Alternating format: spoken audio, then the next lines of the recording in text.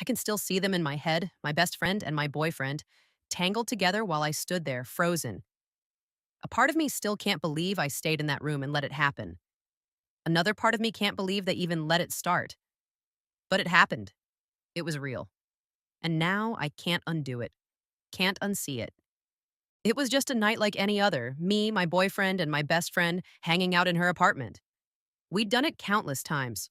Order pizza, watch a movie, then maybe switch to board games or silly party games.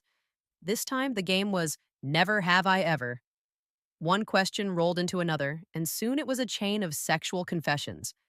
At one point, she joked about, Never have I ever had a threesome. My boyfriend and I both sipped our drinks with zero movement, confirming we'd never done that. Her eyes lit up in a way I'd never seen before. She teased about doing something crazy that night. I laughed it off, thinking she was just being her typical outrageous self. But then out of nowhere, she slid closer to him, my boyfriend, and just started kissing him. Right there, 2 feet away from me. I was so shocked, so stunned, that my brain sort of short circuited. I did nothing. I watched him kiss her back, and it felt like I was outside my own body, looking on. My best friend's mouth on my boyfriend's hands tangling in her hair.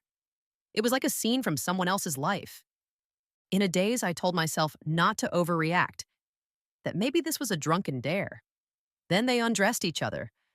My heart pounded so loudly it echoed in my ears, but I still didn't stop it. I can't explain it. I guess it was shock or an out of body experience. I undressed too, like a puppet. Maybe I thought I was supposed to, or maybe a deeper curiosity took over. It's all a blur.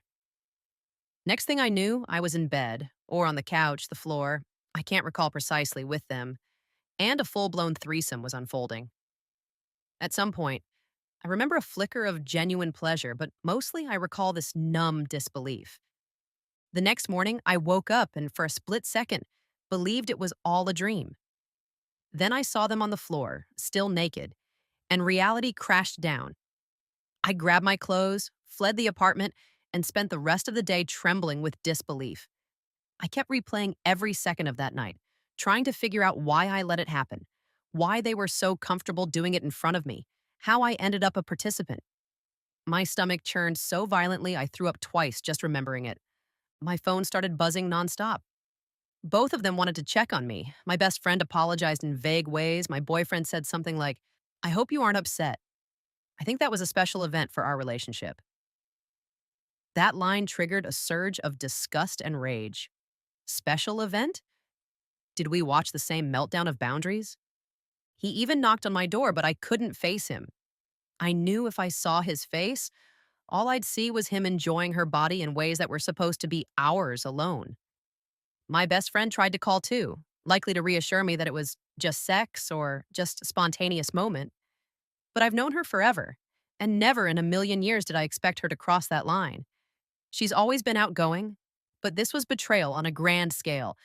The worst part is the guilt I feel for not stopping it. I keep telling myself I didn't want this. So why did I go along with it? Did my silence or weird compliance make it seem okay to them? The memory of me undressing in sync with them haunts me.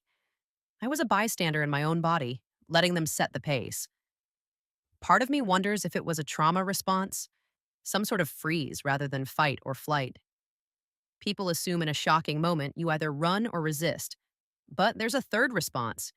You freeze, you comply, you try to survive it. Eventually, I cracked. I let him come over to talk. He insisted they'd never done anything like this before behind my back, swore it was a first. But he didn't deny wanting it. He said the night was super sexual from the start, referencing the suggestive questions and how my friend kept saying she was turned on. He admitted that once she started kissing him, he just went with it. Thought I'd be into it because I didn't stop them. A twisted logic, but from his viewpoint, maybe he believed I'd given unspoken permission.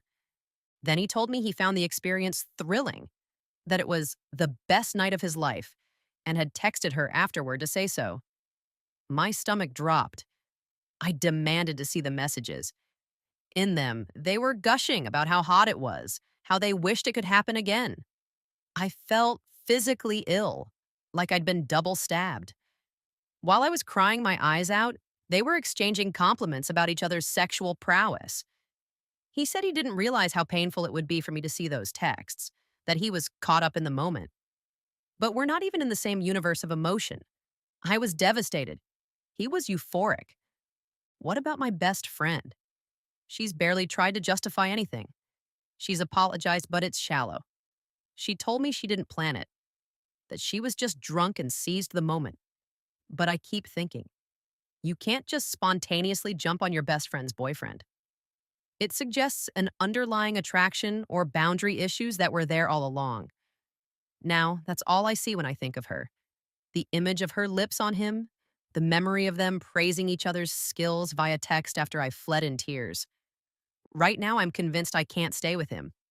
I can't face her. I told him to leave, told him to go enjoy her if he likes it so much. He begged for my forgiveness, said he had no clue it would hurt me to that extent, that he's an idiot who got swept away. But how can I trust him now? He saw me freeze, saw me stiff with shock, and still continued. That's not ignorance. That's disregard. As for my friend, I don't know if I'll ever speak to her again. She was like a sister to me.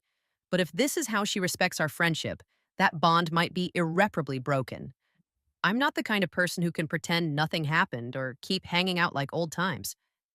I need distance. Maybe forever. I'm blocking them both, at least for the foreseeable future. I need to heal and figure out who I am after this. Maybe I'll regret walking away from my boyfriend if he was truly misguided rather than malicious. Maybe in a different universe, we'd have talked about a threesome properly, set boundaries, and had a different outcome. But none of that matters now. The betrayal is done, and I can't unfeel it. If there's any advice hidden in my story, it's this. No matter how curious you are about spicing up your sex life or how laid back you think your friends are, always communicate. Boundaries matter.